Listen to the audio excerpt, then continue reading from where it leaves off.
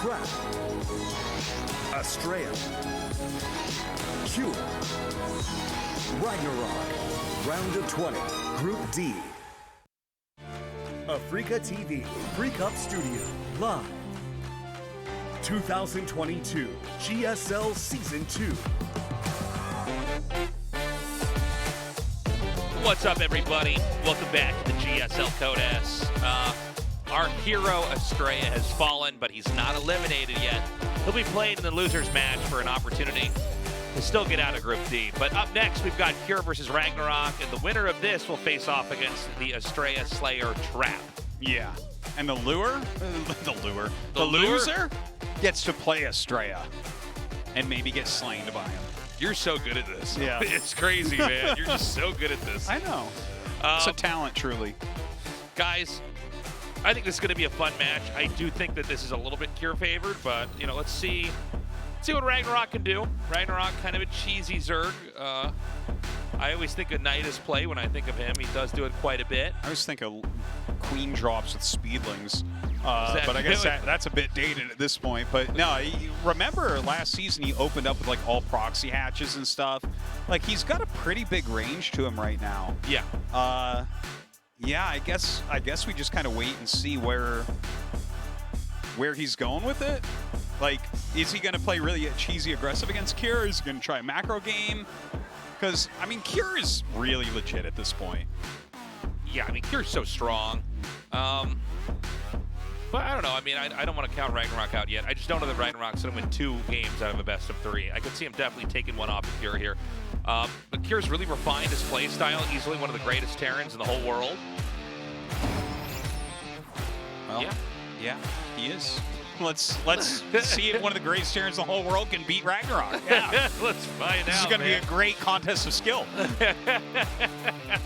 Curious Minds, 2,000 Atmospheres, and Burly Grad are our 3 maps for this best of 3. And it looks like our game is now loaded up, guys. Let's get this started. Cure versus RagnaroK. I came for war.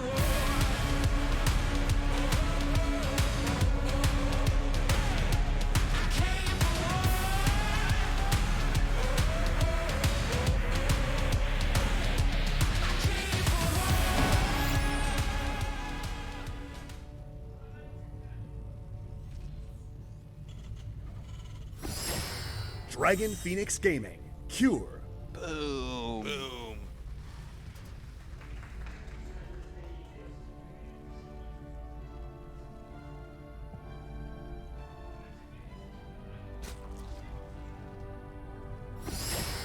Alpha X, RagnaroK. Boom. Boom.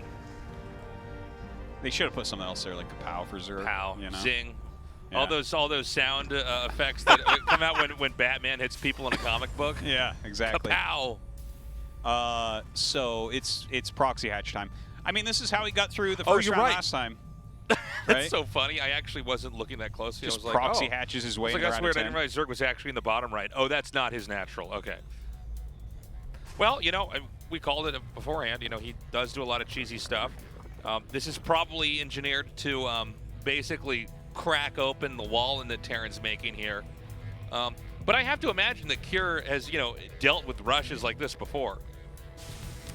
Yeah, I mean, you don't know exactly what is going to come out of this, right? Let's see if he pulls any SCVs down to help. Yeah, he is. Here come the SCVs. So this is, now here's the thing, that number of SCVs, I feel like that probably has to be the absolute exact amount that you need to do this. He just sent 2 more. So maybe I'm wrong. I think he doesn't have the timing perfect on this. So the hatchery will finish if he wants it to, which I think he's going to, honestly. Now, do you try to pop a queen out? I don't think you have enough time. Well, he has a Roach Warren coming up. 6 slings on the way. You know, even having the creep here is pretty annoying, I guess.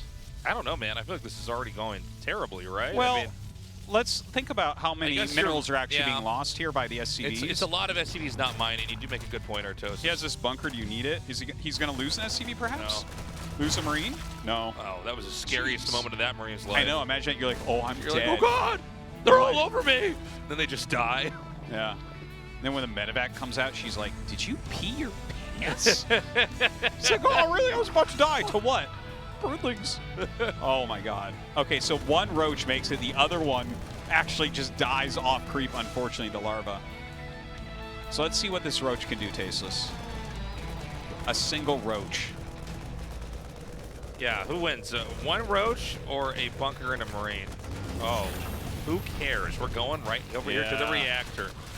Look at that. Okay. The Reaper's actually in the main base of Zerg right now, so it's really Is this far going away. to work? Oh, I hope so, Tasteless. I hope so. You want justice to prevail, right, Artosis? Yeah, and look at this. The Roach is actually targeting down SCVs. What a masterful play here. He's just going to kill SCVs with this one Roach while the Lings force everything to repair. I love Life, Tasteless. I love watching this. This is just so... The 6 Zergling, 1 Roach attack. Absolutely devastating. What a game. These are the meta shifts that I live for, Yes. Tasteless.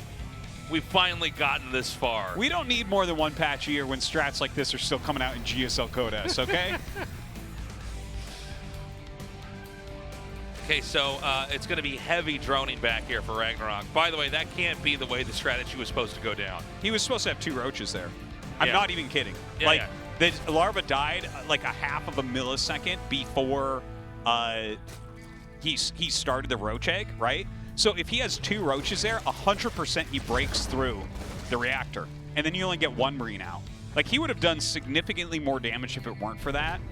I know I'm sitting here joking a little bit because it looks so damn silly, but, like, he did get a bit unlucky there. That was, like, really half a second difference. Yeah.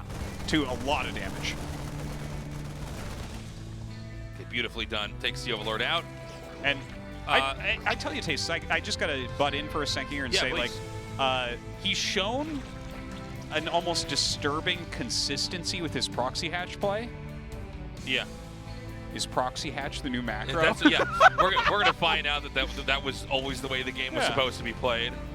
Like, you can build a hatchery anyway. It doesn't even need a pylon. People are like, oh my god, I never thought of that. We're going to find out that it was designed that way. Blizzard was like, well, these hatcheries are basically made to attack their naturals. And then they got super embarrassed when people just started expanding. They thought, well, we just won't say anything. But now they've been vindicated. Maybe they didn't want for people to figure it out too quickly, right? Like, yeah, Dustin Brower's sitting there. He's like, they'll figure it out in 8 years, but if we put a lot of destructible rocks in, it'll probably take like 12 years. They'll be thinking about that too much. Too much brain power on that. Yeah. So it seems like we've kind of, for both players, stumbled into mid-game now after a pretty chaotic start. Oh, Banshee in the middle. Should be coming in for something.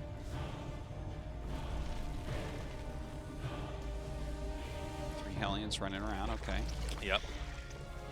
Stim is still a little ways out here, but I don't know. You know, after this is all the dust has settled here from that funny opening, I think Terran should be in good shape to push out. I don't think it's going to be necessarily easy for Zerg to take a 4th. Or maybe even hold a 3rd? Yeah, it feels a bit funny. Okay, so that Banshee that's just been sitting there the whole time just got picked off. Yeah, awkward moment there. 3rd base is going to be landed over here. So basically, that I'm not sure what was that, like, just trying to stop creep on that side. It was just sitting there. I think it was literally just there to gun down like the tumor. I don't know. That poor Banshee, man, he was just sitting there. He's like, they don't know I'm good at harassing drones, and then he just gets picked off by the queens, man, and it's kind of sad, really. Yeah. No real usage there. So we're waiting for that 4th base from Zerg, and that is probably going to be the target, basically. You know, we're back to the normal ebb and flow. Yeah.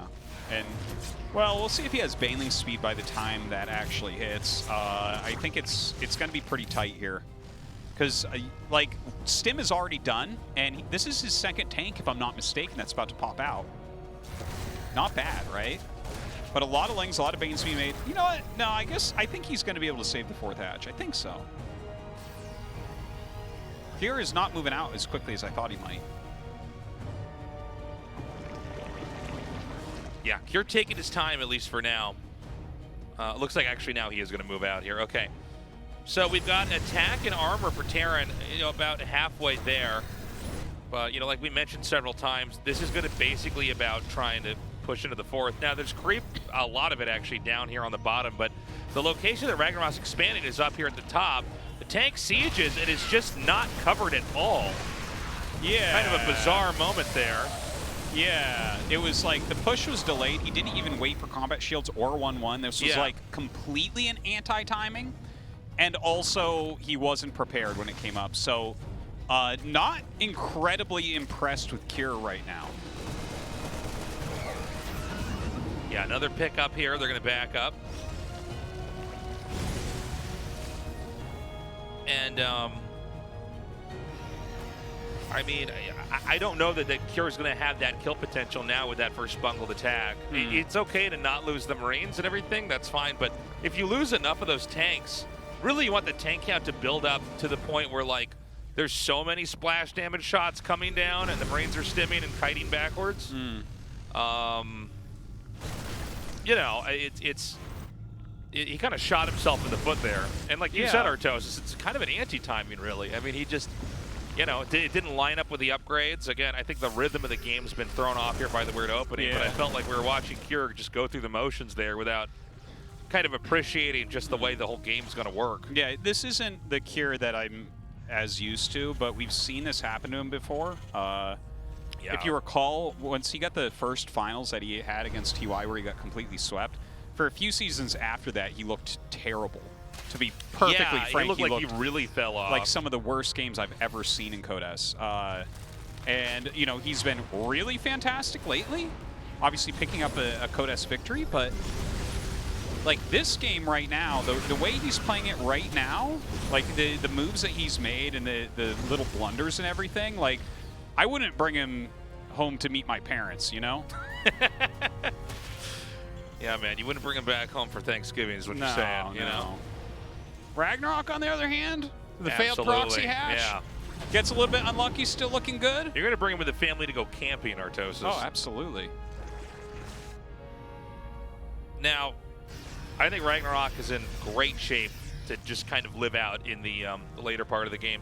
We should note, though, this is a map where there's not that many bases, and so Zerg is going to start to run out of map, and it's going to be up to the Zerg to try to play offense, in which case we may see Cure basically dial it back and start to be very, very, very just defensive and kind of run the clock.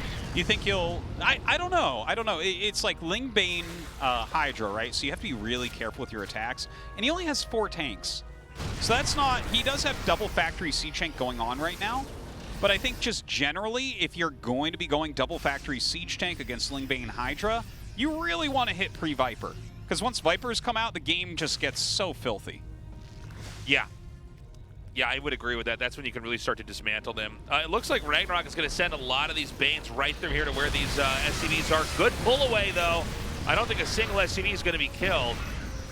2-2 just now about to finish as the 4th base is being set up over here in the upper right corner. But, you know, right now with Zerg being maxed out, the minerals and gas are going to spike up in a second here. And he might want to try to attack into the 4th and maybe flatten it and then see if he can't refill his supply and larva. Yeah, more barracks are being added, +1 vehicle attacks, which makes a lot of sense.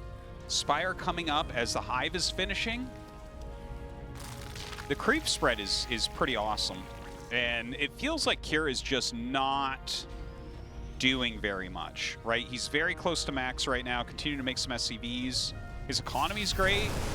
His upgrades are pretty on point. But I don't know what the plan is. Yeah. Well, it's going to be hard to move around on the map for a while now. You know, Zerg's now filled in the bottom left here. We only have 2 more bases that can even be taken, by the way. And they're both on the Terran side of the map. Yeah. So I do feel like it would be pretty logical for RagnaroK to basically like start to activate his position a little bit more here and try to look for fights that he can win. Now, Cure's being pretty careful at that, right? Like he's hitting the edges with his Marines. He has tanks sieged up. A couple Vipers being made, though. That's really going to help him in breaking in. A couple Liberators being added. 3rd factory. I like the 3rd factory. Yeah, I think that's a welcome addition here for production. A lot more Banes being made.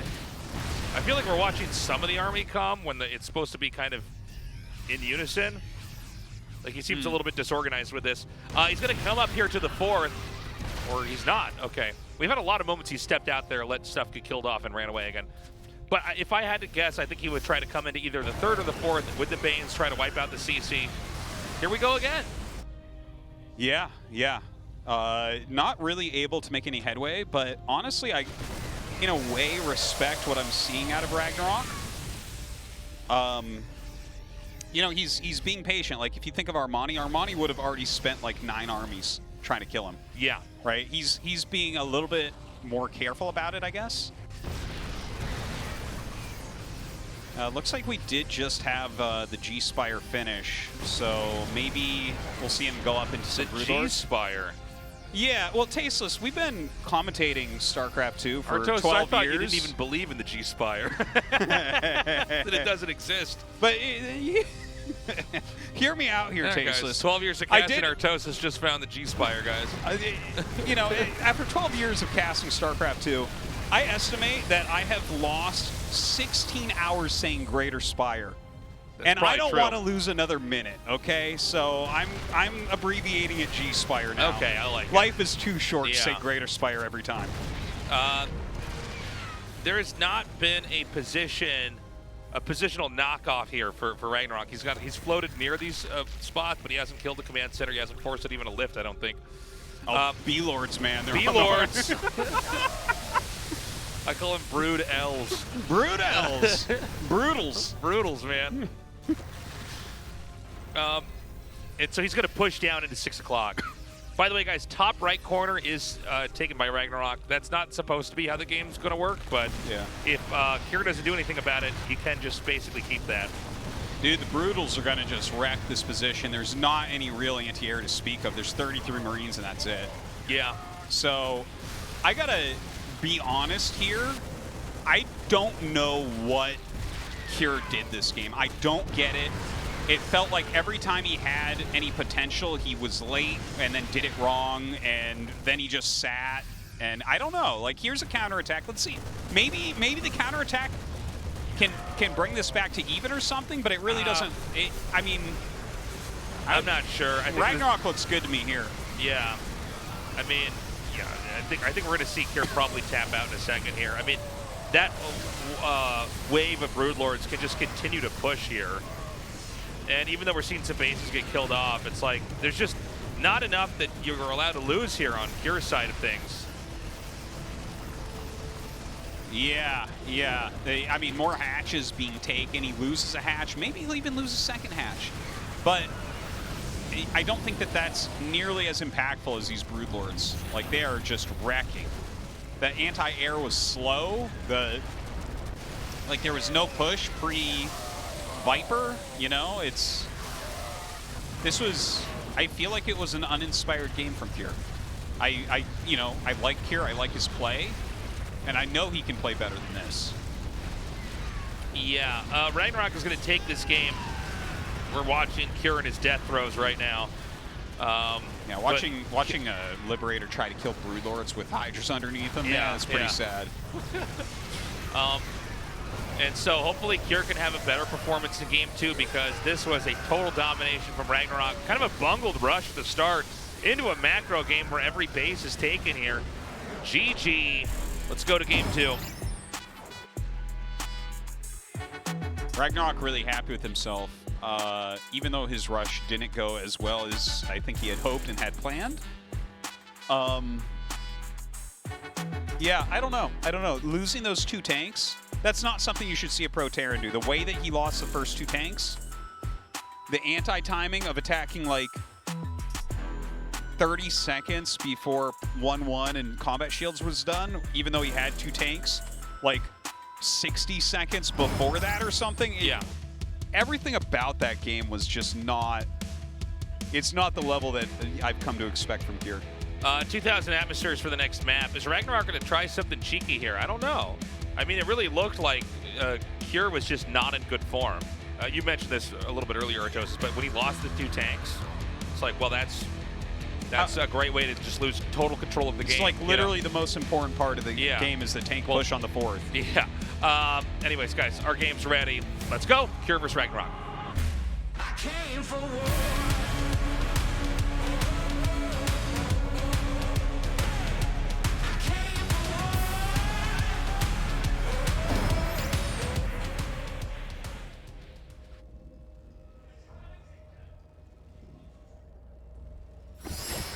Dragon Phoenix Gaming, Cure.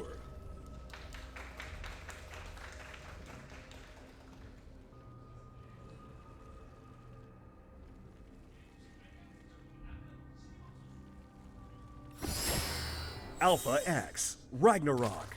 There is a drone on the map. Oh, thank God. Yeah. I was worried he was going to not do a proxy hatch. All right, big RagnaroK fan. Mm-hmm. Oh! That's right, man. And what you do this time is you don't make it right in the natural because that's too obvious. You got to make it right outside. But yeah, RagnaroK's staying on this proxy Look, hatch. He's laughing at himself. He's in the round of 20. maniacal right now. Oh yeah, no, he's definitely evil. Like, look at him. Yeah.